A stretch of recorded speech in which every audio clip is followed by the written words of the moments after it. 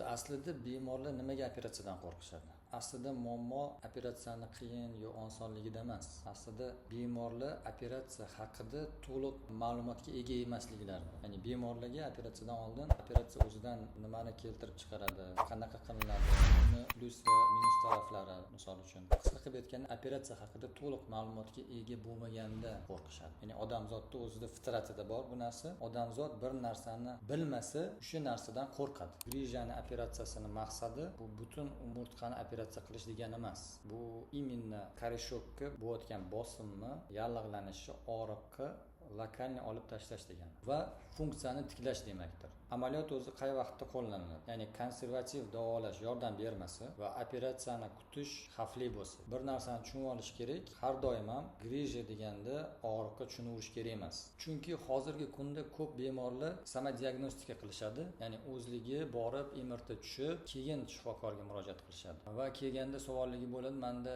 grija chiqdi, nima qilaman, endi operatsiyaga boramanmi? deb o'sha qo'rquv paydo bo'ladi. MRTda grija chiqdi degani bu doimo bemordagi shikoyatlar shu grijadan degani emas. MRTda grija chiqdi degani bu doim operatsiya qilish kerak degani emas. Ko'p holatlarda og'riqlarning sababi umuman boshqa narsa bo'lishi mumkin. Bemordagi shikoyatlar doim grijadan bo'lmaydi. Savol tug'iladi, qachon operatsiya shart? Bu juda muhim. Ya'ni operatsiyadan o'zi maqsad bo'ladi. Maqsad bitta. Ya'ni qaysidir organizmni funksiyasini saqlab qolish va u funksiyani tiklash. Bemorga operatsiya kerak bo'lgan holatlarda bizni operatsiyani qilish kerakmi, qilish kerak emasmi, u haqida gaplashmaymiz. Biz operatsiyani qachon qilish kerak va qanchalik tez qilish kerak haqida muhokama qilamiz.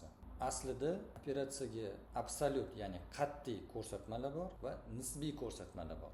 Absolyut ko'rsatmalarga quyidagilar kiradi. Birinchisi, oyoq yoki qo'lda kuchsizlik oshib borishi. Ikkinchisi, oyoq yoki qo'lda parez yoki paralichlanib boshlanishi. Uchinchisi, sezuvchanlikning buzilishi va uni ortib borishi. To'rtinchisi, chanoq sohasidagi organlar bilan bog'liq bu organlarda funksional buzilishlar boshlanishi. Ya'ni bemor siydik tuta olmasligi yoki siydikka qo'yib yuborishi yoki masalan bemor ichkemiy qabziyatga moyil bo'lib qolishi. Bu holatlarda operatsiyani cho'zib o'tirish kerak emas, darhol qilish kerak degan. Nisbiy ko'rsatmalarga quyidagilar kiradi. Doimiy xronik og'riqlar. Bu og'riqlar bilan bemor yashay olmaydi, uxlay olmaydi, ishlay olmaydi. Adekvat to'g'ri tanlangan terapiya, lecheniyalar bemorga yordam bermaydigan holatlarda va hattoki bir nechta blokadalardan ham yengillik sezmagan bemorlarda bu holatlarda operatsiya tanlov emas, bu o'zi majburiyat. Operatsiya qilish kerak degani. Ko'pincha savol bo'ladi, operatsiyani plyus va minus taraflari qanaqa degan savol berishadi.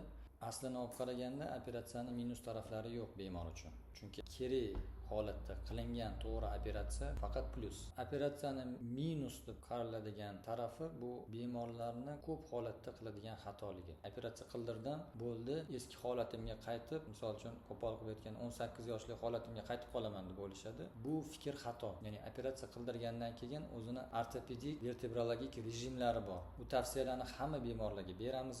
Bu nima degani? Ma'lum muddatdan keyin biz maxsus gimnastikalar buyuramiz bemorlarga. Ularni qilish kerak va shart. Bu nafaqat operatsiya bo'lgan joyga, ya'ni operatsiyadan tashqari boshqa segmentdagi disklarni asrab qolishga yordam beradi. Ya'ni bitta diskka siz operatsiya qildirganingiz bilan boshqa disklarni asrab qolish va boshqa disklarda ham grija kelib chiqmaydi degan kafolat yo'q sizda.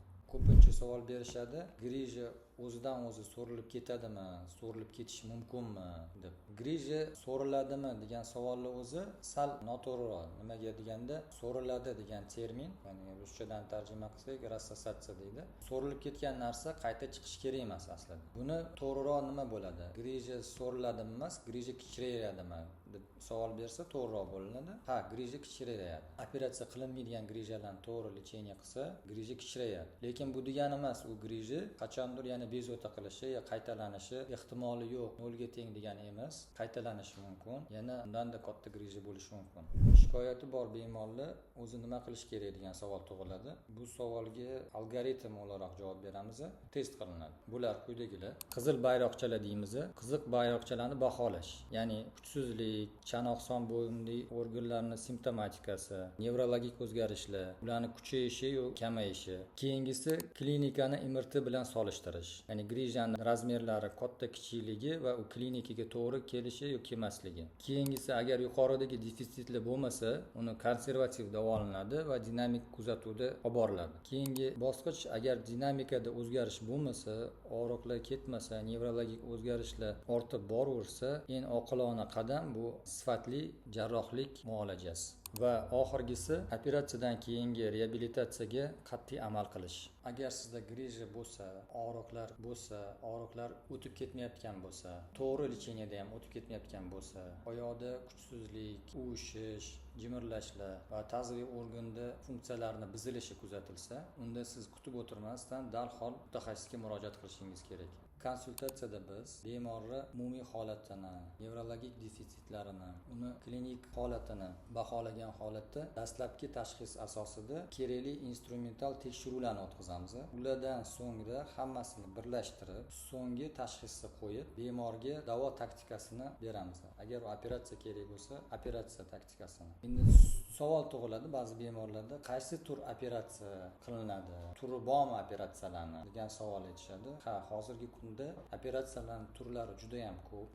Asosiy hozir ikkita katta turga bo'linadi. Kesib operatsiya qilasizlarmi yoki kesmasdan lazer bilan deyishadi. Shunaqa tur operatsiyalari bor. U ham bemorni tashxisidan kelib chiqqan holda. Hozirgi kunda 80% holatlarda malinvaziv jarrohlik amaliyoti, ya'ni xalq tilida uni lazer deyishadi. Shu amaliyotlar bilan operatsiya qilamiz. Bu bemor uchun nima beradi? Eski metodlardan, traditsion metodlardan farqli o'laroq, malinvazivniy metodlarimizda bemorlar operatsiyadan keyin tezroq oyoqqa turishadi, tezroq reabilitatsiya bo'ladi, o'z ish faoliyatlariga, oilalariga tezroq qaytishadi. Misol uchun aytaman, oddiy grija operatsiyalaridan keyin bemorni ertasi kuni o'sha turg'izamiz, aktivlashtiramiz, ikkinchi kuni uyiga javob beramiz, faqat ortopedik rejimga rioya qilish sharti bilan. Shu kungacha malinvaziv operatsiyalar bilan qilgan bemorlarning ko'pi 99% juda yaxshi natijalar oldilar. Xulosa qilib aytadigan bo'lsak, grija bu hukm emas, uni yechimi bor. Lekin bu degani uni tajriba qilib, duch kelgan joyda davolab yo uyda o'zi samolecheniya qilib yoki har xil bilar bilmas tabiblarga borib lecheniya qilish kerak degani ham emas. Eng to'g'ri qaror bu mutaxassisga, ya'ni shu sohani mutaxassisga borib, professional holatingizni baholash. O'z sog'lig'ingizga e'tiborli bo'ling, bizni kuzatishda davom eting.